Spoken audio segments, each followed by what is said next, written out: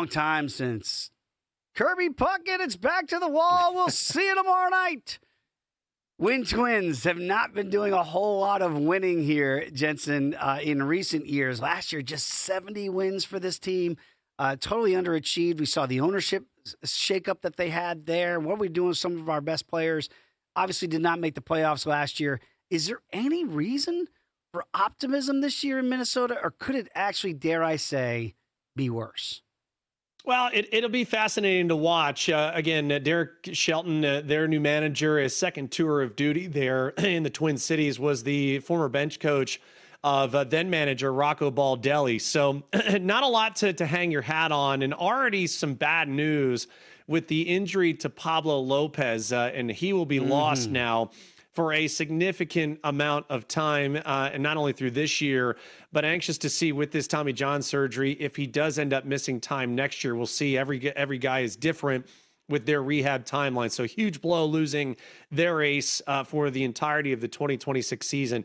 Did get some good news here this morning that Joe Ryan will make his spring training debut and will be back with the Twins after a setback in camp earlier in spring training.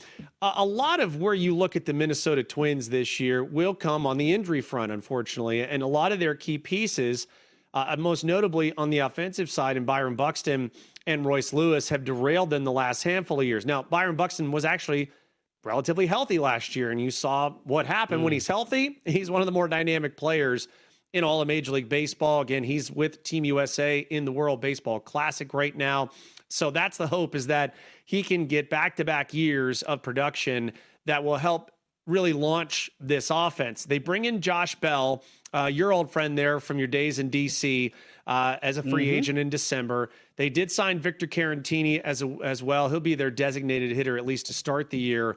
But this is still a lot of wait and see on this offense. You look overall last year, they hit their fair share of homers. They were 11th in that department in Major League Baseball. They were a bottom third scoring offense, and that's really in a division where there's not really a lot of offenses outside of the Royals and the Tigers that you're like, okay, all right, they're going to provide some resistance. It's hard to watch a team that you just don't know the consistency of what they're going to score night in and night out. When I looked at this club for our Major League betting guide, the name that I kind of circled around was their top prospect in Walker Jenkins. Now, he's had a couple of injury issues to deal with in spring training. He's the number 14 overall prospect in Major League Baseball. If this team is going to contend in the Central Division, I think it's going to have to be some influx from within. You look at Walker Jenkins, a young prospect they have in Emmanuel Rodriguez, overcoming an oblique injury last year, but is already off to a very hot start in spring training. I don't think either of these guys break with the Major League team. But, Dave, if this offense needs a shot in the arm, it might have to be those promotions sooner than later. And, again, in a division where I feel like people are going to be looking up at Detroit, you're going to have to find a way to stay with this group out of April and even into the early part of May. So that lends me to Joe Ryan is going to have to be very good. Bailey Ober is going to have to be awesome for them. The back end of the rotation, Simeon, Woods-Richardson, Taj Bradley, Mick Abel, maybe a guy off the beaten path, Dave, a youngster there that has had a really nice start to spring training. Their rotation is going to have to carry the day, and the back end of the bullpen is going to have to close out leads. If they've got leads late early, you have got to get those wins banked, because they can't afford to lose early series and find themselves a week out of first place when the calendar turns to May. 9-1 to win the Central. You see the win total sitting at 72.5 to make the postseason plus 425. I don't know that they can win 85, 86 as a wild card team. I mean, you'd have to go well over that win total to even be in consideration. If the Tigers are a 90-win team, we don't know that the Tigers are, but in that division, if you try to do that math as to how they could get there, I think that postseason says to me wild card.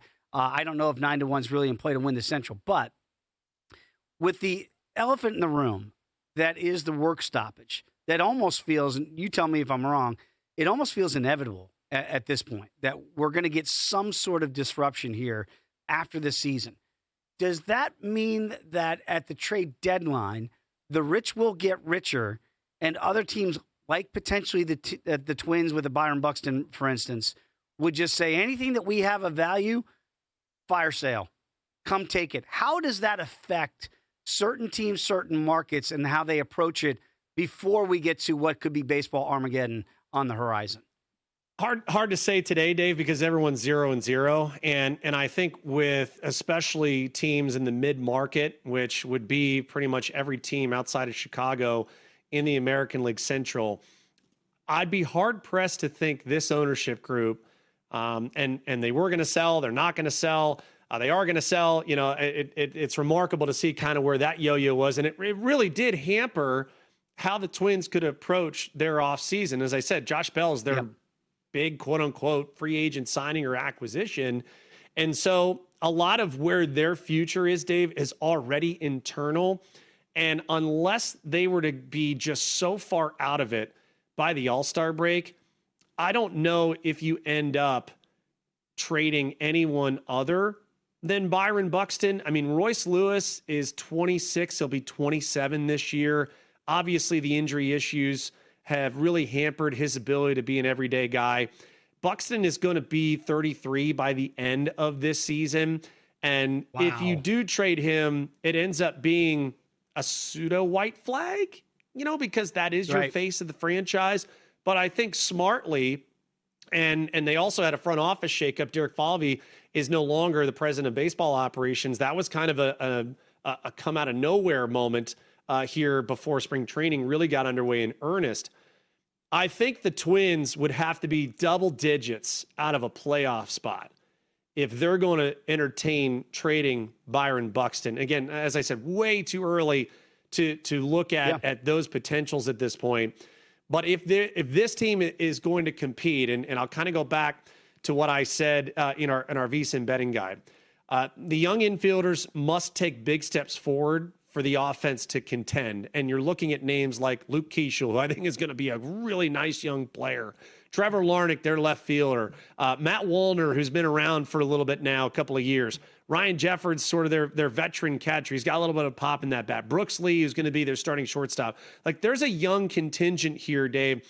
And as I mentioned, you could have Walker Jenkins, Emmanuel Rodriguez up before the All-Star break if they really want to see what they have for the future.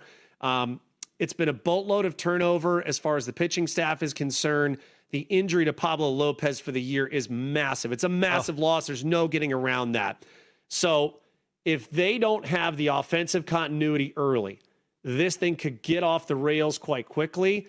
But if they tread water through April and May, you know, this is the American League Central, man. Anything is possible. You saw the Tigers give up a 15.5 game lead last year, and the Guardians were as bad of an offense overall as it could be, yet they come back to win the division. Yeah, I'm looking at this thing, and you know me, try to be glass half full, and certainly when I'm looking at win totals, I just don't see how I could play an over at 72.5. That's gone up 2.5 wins from what they only won 70. So, again, we're trying to find value here, and I'm kind of with you. It feels like, to me, this would be a team I'd look to fade. There's no way I can get involved at plus 425 to make the postseason. Doesn't feel like there's value in that number to me, looking at it as wild card or bust, because you're right, anything can happen in this division. They're the fourth betting choice for a reason. And we like the Royals in this division, obviously, with the Tigers there. Guardians always feel competitive, so I'm kind of with you. This feels like a team I'm going to be staying away from the Minnesota numbers here before we see what they look like here in the first 2 months.